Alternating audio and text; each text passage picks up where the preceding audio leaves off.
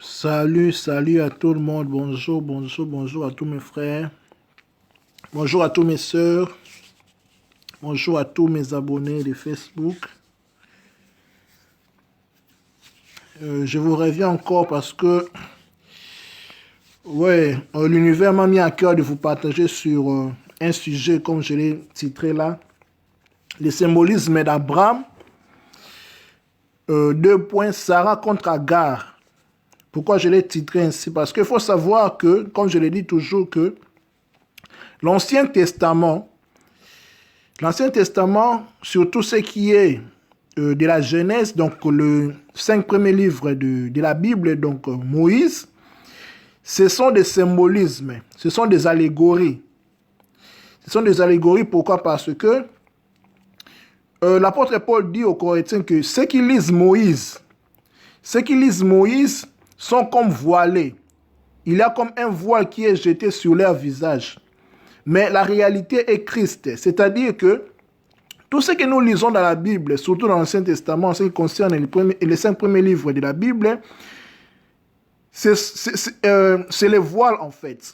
Pour connaître vraiment ce qui est caché là-dedans, c'est la lumière du Christ, c'est-à-dire c'est les secrets, c'est la connaissance. Parce qu'il faut savoir que quand nous lisons la Bible, surtout dans l'Ancien Testament, il faut découvrir ce que le message te dit intérieurement.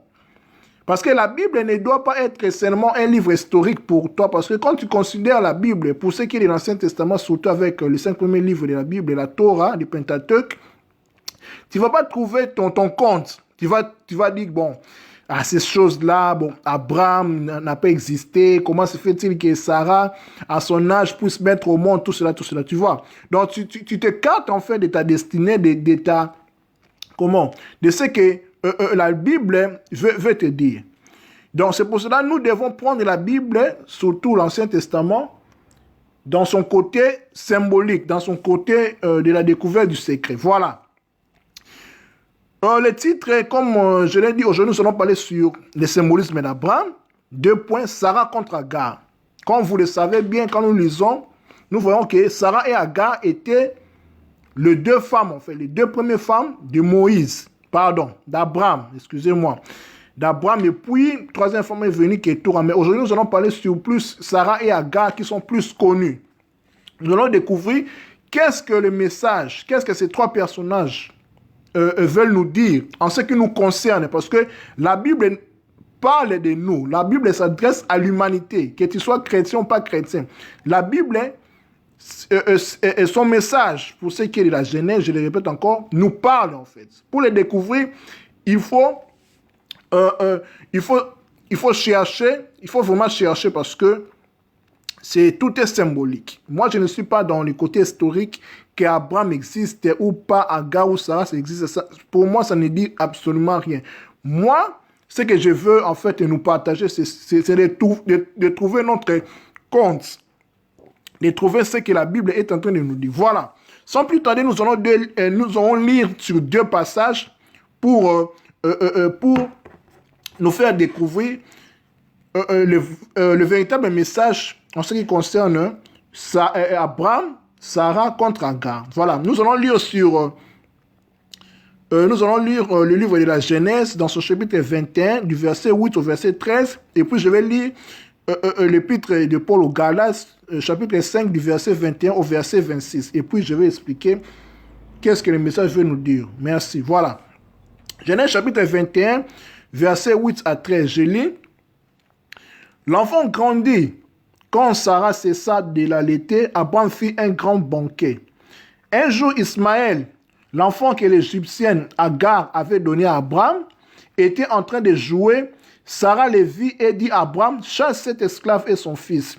Celui-ci ne doit pas hériter avec mon fils Isaac. Ces paroles firent beaucoup de peine à Abraham parce qu'Ismaël était aussi son fils. Mais Dieu lui dit, ne sois pas contrarié au sujet de ton esclave et de ton enfant. Accepte de faire tout ce que Sarah t'a dit. En effet, c'est par Isaac que tu auras les descendants que je t'ai promis. Quant au fils de ton esclave, je ferai aussi naître de lui une nation, car il est ton fils. Voilà en fait, c'est là où nous allons lire sur Genèse chapitre 21, verset 8 à 13. Nous allons lire aussi Galates chapitre 5, verset 21 à verset 26. Et puis nous allons expliquer le véritable message, ce qui nous concerne. Voilà, Galates chapitre 5, verset 21 à verset 26. Je lis, « Dites-moi, vous qui voulez être soumis à la loi. » Là, c'est l'apôtre Paul qui parle aux Galates. « N'attendez-vous pas ce que déclare cette loi? Il est écrit, en effet, qu'Abraham eut deux fils, l'un d'une esclave Agar et l'autre d'une femme née libre Sarah. Les fils qu'il eut de la première naquit conformément à l'ordre naturel, mais les fils qu'il eut de la seconde naquit conformément à la promesse de Dieu. Ces récits comportent un sens plus profond. Les deux femmes représentent deux alliances. L'une de ces alliances représentée par Agar est celle du mont Sinaï.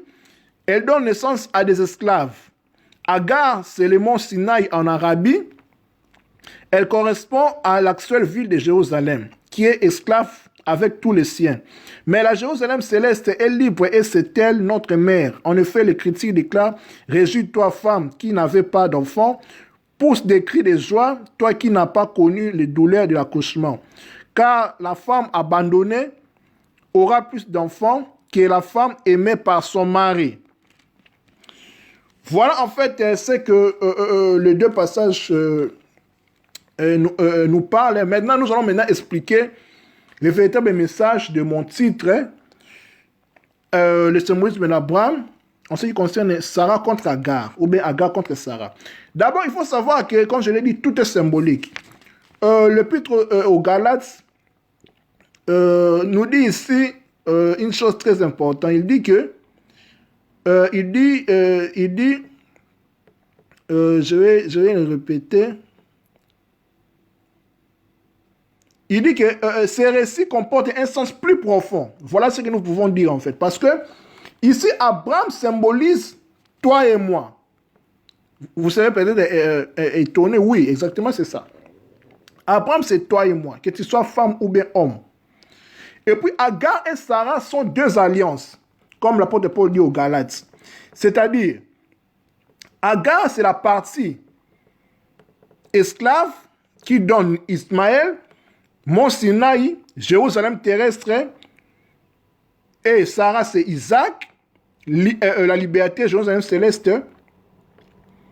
Donc, voilà. Mais ce qui nous concerne est que Abraham, comme je l'ai dit, Abraham, c'est toi et moi. Et puis, Agar et Sarah sont nos deux natures qui comportent l'être humain. C'est-à-dire, Agar, c'est notre nature charnelle, notre nature naturelle, en fait, physique. Et puis, Sarah, c'est notre nature spirituelle.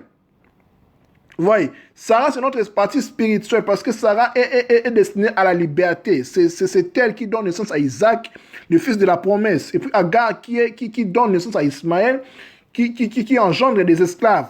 Donc, dans son symbolisme, en fait, Abraham, qui est moi et toi, a deux natures. Il s'est marié, en fait, a eu deux natures, deux femmes, deux alliances, en fait. Sa nature inférieure ou bien naturelle et sa partie supérieure ou bien spirituel. Donc, c'est-à-dire que l'être humain est composé de sa nature charnelle et de sa nature spirituelle. Exactement, c'est ça même le but de la vie, c'est ça même le but de l'incarnation, c'est ça même le but de la naissance. Nous sommes venus ici sur terre pour expérimenter la vie, pour expérimenter l'amour. Nous devons nous confronter tout autant avec notre nature charnelle et notre nature spirituelle, parce qu'en réalité, nous sommes esprits. Nous venons sur terre pour mariés, pour porter ces corps de matière, ces corps charnels, pour expérimenter la vie, pour expérimenter en fait Dieu, pour expérimenter l'existence. Voilà, c'est très important. Donc Abraham, ayant deux femmes, Agar et Sarah, c'est nous en fait avec deux natures, nature spirituelle et nature charnelle, qui est respectivement représentée par Sarah et Agar. Donc, c'est ça le plus important. Le but est que nous devenions spirituels parce que nous sommes venus sur terre pour maturer notre esprit, pour évoluer en fait. Nous ne pouvons pas évoluer sans aimer. Qui dit évoluer dit amour. Qui dit bonheur dit amour. C'est pour cela que nous sommes confrontés, en fait, dans cette nature charnelle qui est notre corps physique, pour faire éclore notre partie spirituelle qui est Christ en nous, qui est en fait l'esprit en nous, notre véritable identité qui doit éclore. C'est pour cela que nous devons composer avec ces deux natures, en fait, physique et charnelle. C'est pour cela dans la Bible, on parle d'Abraham qui marie Agar et Sarah. En fait, c'est le symbolisme qui nous représente, toi et moi, homme ou femme, qui marie Agar, qui est la partie physique, et puis Sarah, qui est la partie spirituelle, la partie libre, en fait. C'est ça même qui nous ramène sur les œuvres de l'esprit et les œuvres de la chair. Donc, d'une part, nous sommes attirés par les péchés, par tout ce qui est inférieur, par tout ce qui est vain, en fait. Et puis, d'autre part, nous sommes attirés par tout ce qui est divin, tout ce qui est spirituel, tout ce qui nous élève, en fait. Donc, nous sommes, je dirais, entre les marteaux et l'enclume. Nous sommes au milieu, en fait. Nous sommes tiraillés. C'est pour cela, l'apôtre Paul dira que ce que je veux faire, je ne le fais pas. Ce que je ne veux pas le faire, je le fais. Donc, qui me délivrera de ces corps de péché? Vous voyez, parce qu'il faut savoir aussi que notre corps, c'est ce que nous avons. Ce n'est pas ce que nous sommes. Vous voyez, nous sommes esprits.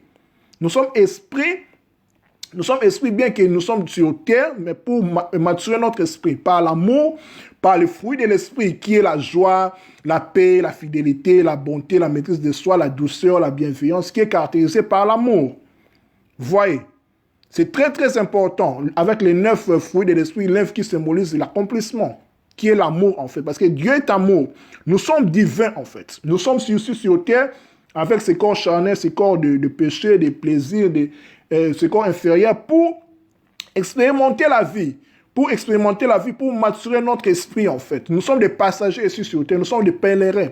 Christ dira que vous êtes dans ce monde, mais vous n'êtes pas de ce monde. Notre patrie est céleste. C'est pour cela que quand il est venu, il a annoncé les royaumes de cieux, en fait. Les royaumes qui n'est pas de ce monde.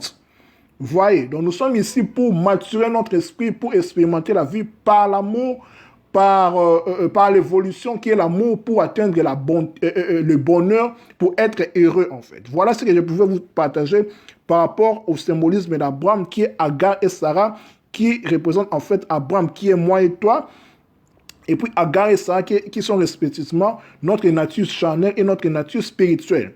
Le plus est de chasser Agar pour rester avec Sarah et son fils, de chasser Agar et Ismaël, qui représentent en fait notre nature charnelle, et puis de marier, en fait, de rester avec Sarah, avec Isaac, pour expérimenter la liberté. Parce que quand Christ nous a franchis, nous sommes réellement libres. C'est par la liberté que Christ nous a adoptés, en fait, nous a aimés.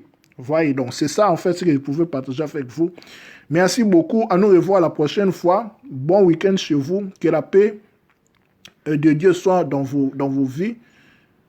À la prochaine. Merci beaucoup pour les personnes qui m'ont suivi. Big dédicace à ma soeur l'Amazon, je vois ici. Donc, merci beaucoup, ma soeur, pour ton temps. À nous revoir la prochaine fois. Bye, merci.